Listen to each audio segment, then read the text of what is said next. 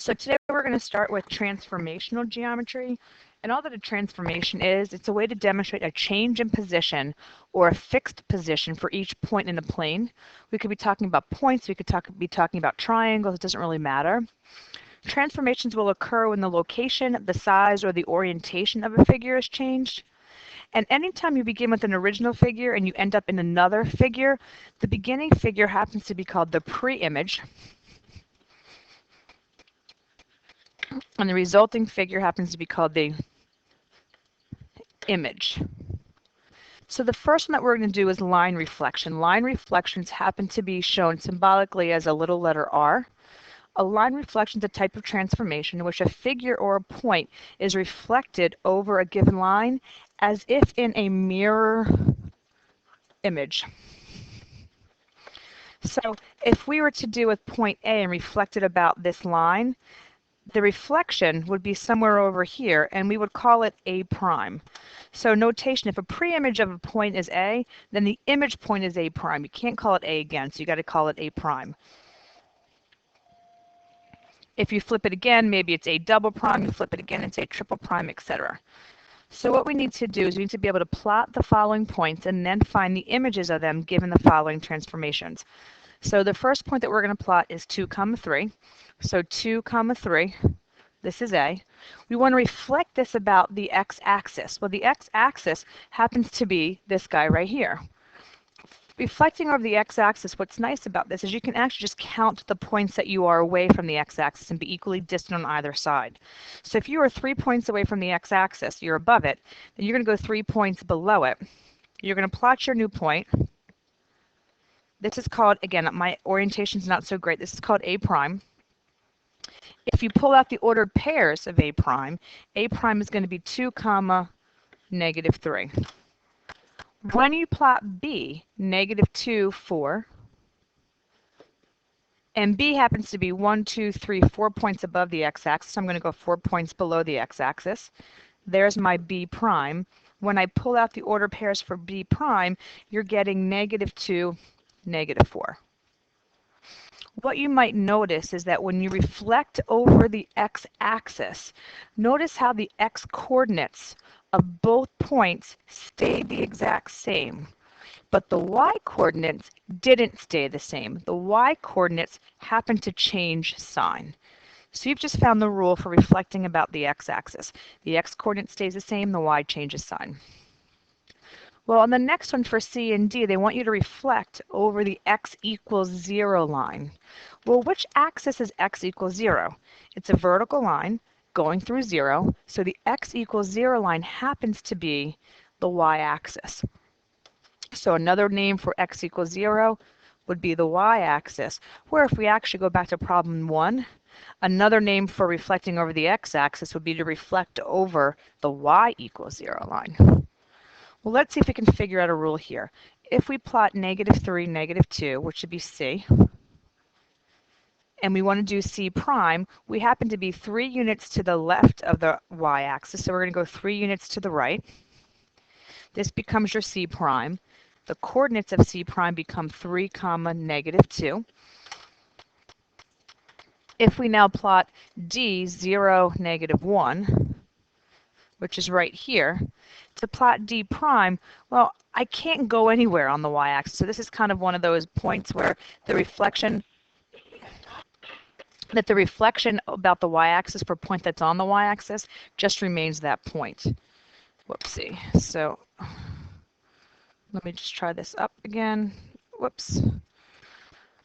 Okay, so let's try that again. So the reflection about, if you're on the y-axis, about the y-axis, D prime just stays exactly where it is. So maybe on the other side you label it D prime.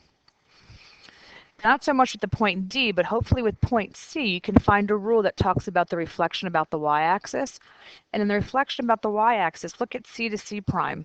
Notice how the y-coordinate stayed the same this time, but the x-coordinate changed sign. Okay, so that's a good way to memorize these things. All right, there's 2 more lines that we're going to reflect over. One of them we're going to reflect over is the y equal x line, and I'm going to sort of give you my own point first, but y equals x happens to be that line. Let's see if I can get this in here. the y equals x line would be the line that, can't get that in there, that goes right through the diagonal. Okay, so there's your y equals x line. Don't worry about the little things in the middle. But if I were to plot my own point for a second, if I were to plot a point like here, let's say on the axes, if I were to plot 3, 0, the only way to be equally distant from this line that we just drew in would be the point over here, 0, 3. These are equally distant on both sides. It's like the perpendicular bisector, it's almost a locus. And if I were to pick a point maybe over here, 6, 1, if I wanted to go all the way on the opposite side, I'm probably going to be the point up here, which happens to be 1, 6. So the rule of thumb when we reflect over the y equals x axis is you really just are changing this, you're changing your x and your y coordinates. It's almost like the converse back from logic. So if you're looking to do the converse and you just change the order of the coordinates, so for example, e at -4, 3, well, e prime, if I just change my coordinates of the axes, I'm going to be at 3, -4. 3, -4. 1, 2, 3, 4. This becomes my e prime. This line of y equals x almost acts as a perpendicular bisector, or the axis of symmetry, if you will. If I look at d being 1 and 5, and I change the order of 1, 5, and I get 5, 1, there's my d prime. So when you deal with y over reflection over y equals x, you're dealing with the converse of the ordered pairs. You're going from x to y to x. When you deal with the reflection over the y equals -x, I'm going to try this line again. It wasn't so good the first time, but let's see what happens. If I start in this top corner, I think that one's a lot better than the, maybe not, than the first one. And you plot G, 3, 2, 1, 2, 3, 1, 2. Then when I do the reflection about this guy, what's going to happen here is I'm going to jump into quadrant 4, where not only am I going to change the order of those x and y values, I'm also going to negate them. This kind of makes me think of y equals -x. Not only did you change order and negate, it's like the contrapositive in logic. So you're changing order and negate. So if this is g, then g prime is going to be -2, -3. And that hopefully makes sense, because when I go over this y equals x, that's going to be my mirror image. The point h, I don't know what the point h is. Let me see. The point h is 6, -2.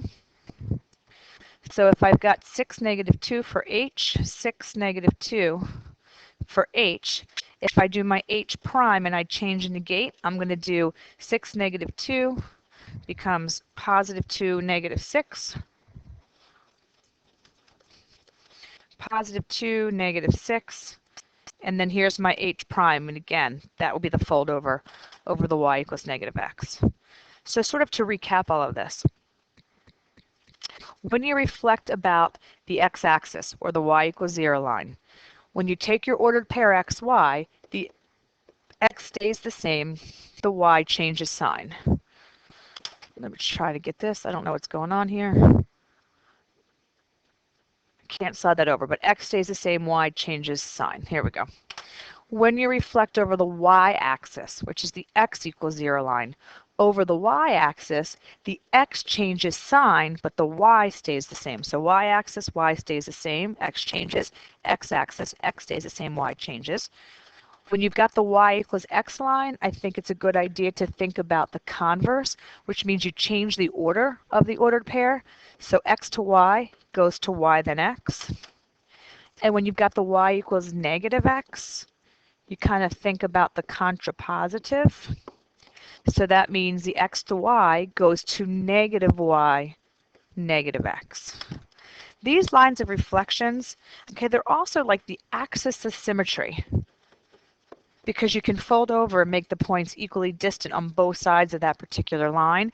It also happens to be a perpendicular bisector of each line segment that joins the point to its image. This is like the locus thing coming back, okay? If you've got 2 points, then the locus of points equally distant is along that perpendicular bisector, or is that perpendicular bisector. So reflections tend to be one of the ones that you definitely, I guess, maybe a little bit more complicated, but there's a lot of memorization. Then the next one we do is what's called a translation. These are the ones that most people really enjoy because these are pretty easy. A translation is a transformation in which each point in a figure slides a certain distance in the same direction. So like if this is A, B, and C, and we slide it over and up to the right, we get A prime, B prime, and C prime. Translations, all you're really doing is you're finding out the mapping rule. And the mapping rule says if we're translating something a distance of A comma B, it's like X comma Y. And all that really has to happen is you're going to basically add whatever that A is to the X coordinate and whatever, this is not working for me. Let me just extend this up. Hold on. Stop. Okay. I can't, this is in the way, but that's okay. So what's going to happen here is you're going to take whatever the X coordinate is and you're going to add it by the A value, whatever the Y coordinate, and add it by the B value. That's what the end result's going to look like.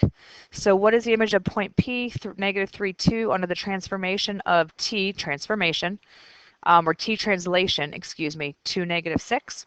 So what you do is you take your point P, and P prime becomes negative 3, in this case plus 2, because that was your A coordinate, and then it becomes 2 plus negative 6. So P prime ends up becoming, in this case, negative 1, negative 4. You don't need to show all the math behind it. You should be able to just go right to the answer. That's fine. Let's do this next one. A transformation maps the point xy onto P prime, being x take away 4 and y added by 2. Under the same transformation, what are the coordinates of Q prime if you're given Q equals negative 2 comma 3? So basically all we need to do is subtract 4 from the x value, add 2 to the y value, and you're going to get Q prime to be 2 minus 4 is negative 2, and negative 3 plus 2 is negative 1. That's your answer.